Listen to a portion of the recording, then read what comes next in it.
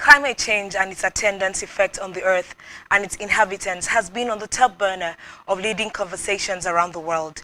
Preserving our world, starting from our immediate environment, has therefore become the responsibility of everyone who lives in it. This is Spotlight Africa. I am Uyai Aniekan. Top on our reports this evening. AU donates 150,000 US dollars for South Africa flood victims. Nigeria's Spider-Man fighting for a cleaner society. Plus, Chinese aid for SA flood relief termed as a joke. Details of the stories and more in a moment.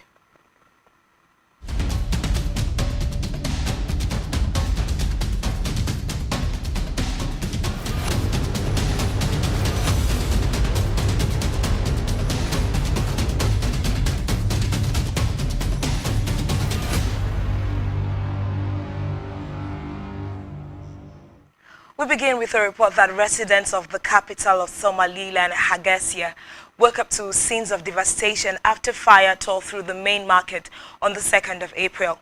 The blaze destroyed hundreds of businesses in the densely crowded market area as firefighters struggled to gain access to the flames.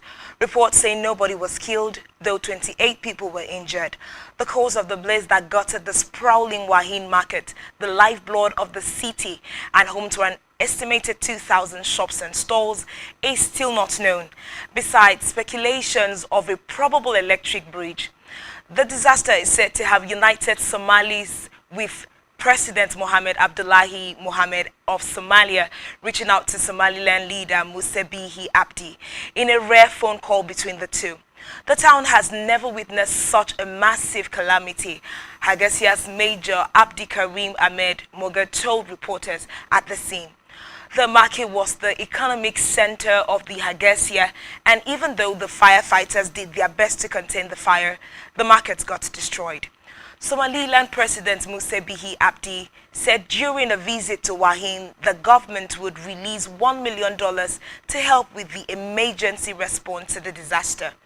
Hargeisa Chamber of Commerce Chairman Jamal Adid said the loss of the market was immense as it accounted for 40 to 50% of the city's economy.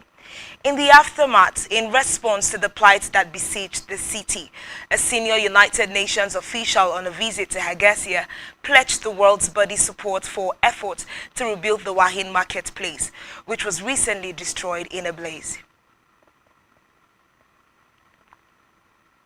Moving on, African countries have committed to raise their ambitions and accelerate their actions towards achieving the Sustainable Development Goals, including ending poverty and hunger.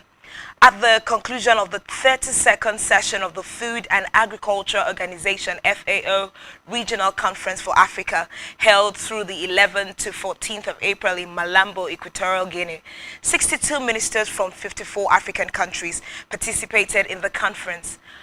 The country representation was one of the largest ever, thanks to the hybrid mode, with more than half the ministers attending in person in Malabo and the remainder joining online. This regional conference was held at a particularly difficult time for Africa.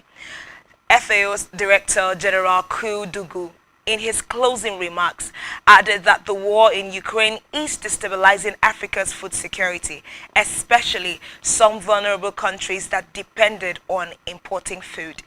Ku urged countries to adopt enabling policies, innovation and science, and proper investment for agri-food systems transformation in Africa. Throughout the regional conference, emphasis was placed on the modernization of agriculture and rural transformation as a driver to reduce poverty, develop new decent jobs for youth and women, boost the access to nutritious and affordable food, help to rebalance inequalities, including gender, and build a resilient and sustainable livelihood. Ku said we have a lot more work to do and we must continue to work together efficiently, effectively and coherently. We can only succeed when we work together in the spirit of Africa, solidarity and unity to build together a prosperous and a food-secure continent, Ku said. On the sidelines of the conference, Director General visited a project site in Beni where he participated of the demonstration plots that will serve as a field for schools and allow small farmers to experiment, innovate, and test food production practices. The project is funded by the government of Equatorial Guinea, while FAO provides technical assistance to strengthen the agricultural extension systems of the Ministry of Agriculture, Livestock, Forest, and Environment. Here, throughout this regional conference, the modernization of agriculture and rural transformation will reduce poverty, develop new decent jobs for the youth and the women, boost the access to the nutritious and affordable foods, help to rebalance the inequalities, include the gender, and build a resilient and sustainable livelihoods. We have a lot of more work to do, and we must continue to work together efficiently, effective, and coherent. We can only success when we work together in the spirit of African solidarity and unity to build together a prosperous and food security continent. In Sudan, the Upper Nile and the extreme north of Jonglei states, the United Nations Mine Action Service, UNMAS, carried out a mine risk awareness session to educate vulnerable communities who are living under the threat of anti-personnel mines. Line mines and unexploded ordnance UXO scattered in areas of past fighting still poses a danger to communities staying near such zones. Traveling by road and river, UNMAS field staff moved to meet communities who need their help. UNMAS work with national and local authorities to support people. The team is in place in an effort to deploy themselves finally to support the people and to clear the land where there are anti-personnel mines. Once we clear or secure, they will be able to plant some plants and to have some kind of food, UNMAS said. Otherwise, the rest of the land is flooded all through the year, and these are the only areas which is suitable for them. The chief of Mine Action in South Sudan, Fran O'Grady, during the visit to Canal Island, saw an urgent need for people there to receive food, shelter, protection, and to be free from the dangers of mines.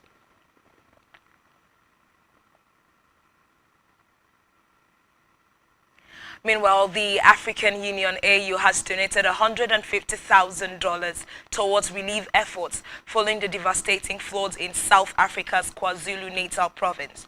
More than 440 people died in the floods, which swept through the province last week. The floods also caused massive damage to infrastructure. Announcing the donation, AU Commission Chairman Musa Faki Mahamat said the body reaffirmed its support with South Africa during the difficult time. The chairman of the African Union Commission, Musa Faki Mahamat, held a phone conversation with Russia's Foreign Minister Sergei Lavrov on Tuesday. Mr. Faki posted on Twitter that he stressed the need to respect international law and urged for dialogue and a peaceful resolution to the war in Ukraine. Last week, Ukrainian President Volodymyr Zelensky reached out to his Senegalese counterpart and African Union Chairman Macky Sall, requesting to address the AU.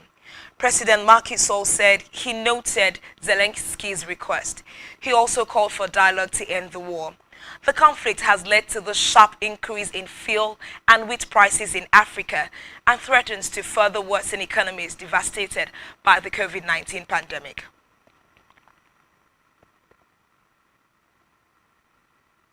In another development, Spider-Man does whatever street cleaners can.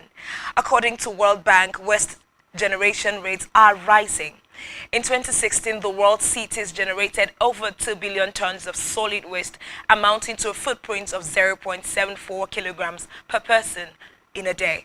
Much of this waste ends up on the streets, and a Nigerian environmentalist, Jonathan Olakunle, dresses up as the Marvel comic superhero Spider-Man to help clean up the streets of Osogbo. I'm not happy with the way I see waste littering everywhere. It has become our normal way of life, and which isn't supposed to be our way of life. I started environmental cleanup exercise in 2004. I hate dirty environment and I always clean my environment. And one day I extended what I do in my home outside to the street. And that's how the whole thing began. The reason why I'm putting on the Spider-Man costume is to draw people's attention, because when I'm in Mufti and I go out for my clean-up exercise and I tell people to join me, majority of the people that I meet don't want to be part of the exercise. So it became a plan to put on the Spider-Man costume so that In humanitarian services, the Chinese embassy in South Africa has donated R1 million toward flood relief efforts. But some South Africans have been complaining about how meager the amount is. Chinese Ambassador Shen Zhangdong said the donation was part of its efforts to support South African people affected by the disaster in KwaZulu-Natal province. One social media user, however, said the amount was a joke, when billions of rands are needed to rebuild everything. Another compared the Chinese donation to a bigger amount offered by a wealthy South African businessman, 1 million rand from China. What? When even Patrick Mozepe donated 30 million as an individual, but a country this rich, this is the second richest country in the world, but they donate $1 million. More than 450 people have died in the devastating floods. Infrastructure has been destroyed in several parts of the province, and the government has declared a nationwide state of disaster.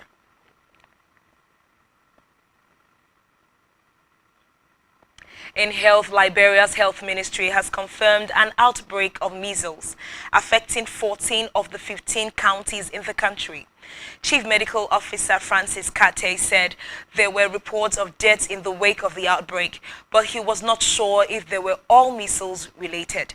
He stated that the outbreak was as a result of low immunization rates. He said many parents stopped taking their children for vaccination since the outbreak of the COVID-19 epidemic.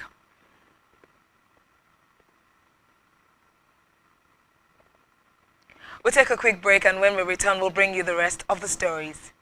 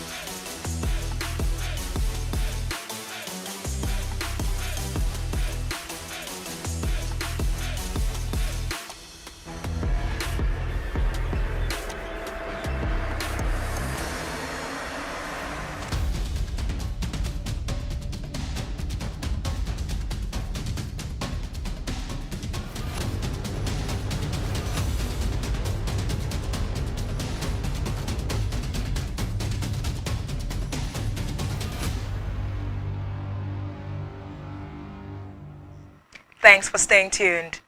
It's no longer news that Google has put Nairobi on the spotlight as it plans to open a huge base in the capital of Kenya.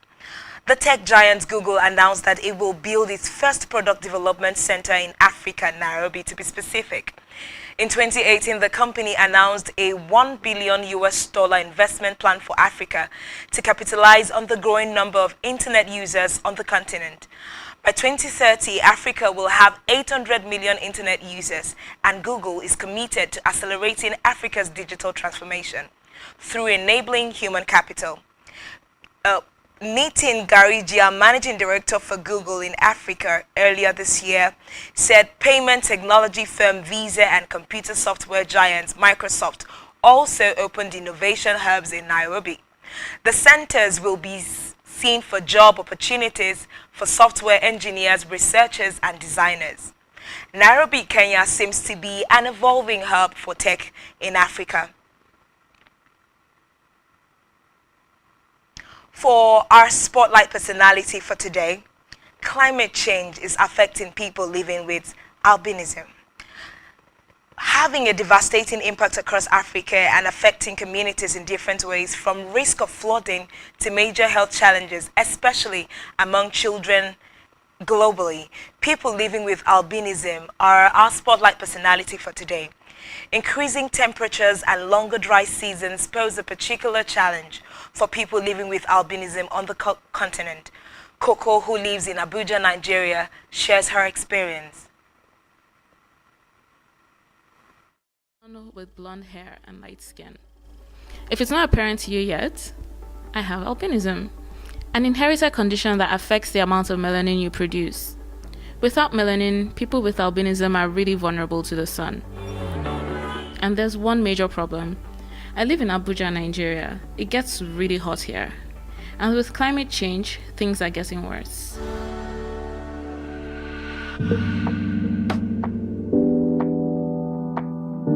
My name is Coco, and I'm a digital content creator, writer, and stationery maker. So as a child living with my family, I knew like I was different, but it didn't really click. So it wasn't until I left kind of like my family and my sheltered life and went out into the world, aka boarding school, that I kind of started realizing, oh, okay, I'm actually different.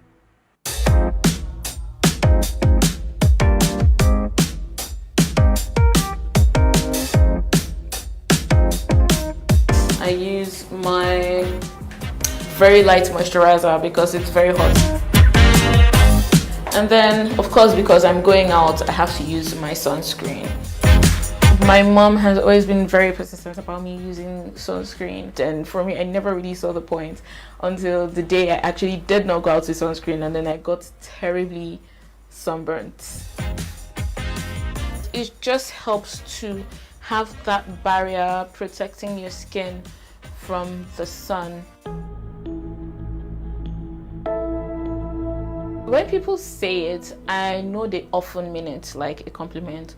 Oh, you're so clean for an albino. And when they say that, what they're referring to is the fact that I don't have those large brown spots that you see on most people with albinism, who impoverished people with albinism. Like, I'm privileged. I acknowledge my privilege. I acknowledge that my skin is clean because of the situation in which I grew up.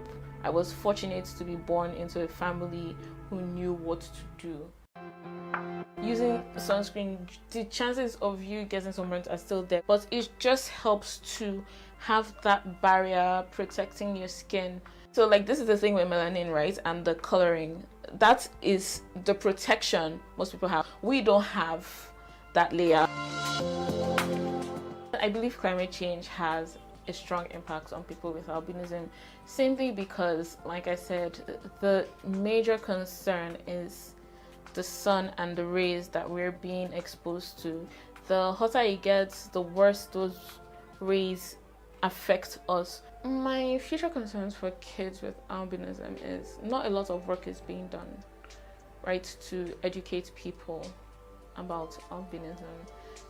Most of the things I know about albinism I had to learn from my own life, Google. But then, like, how much can you do by yourself?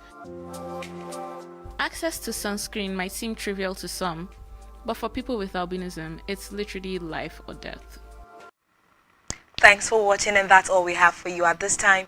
Do ensure to follow us on social media and subscribe to our YouTube channel, all of which you can find on our website, spectrumtv.com.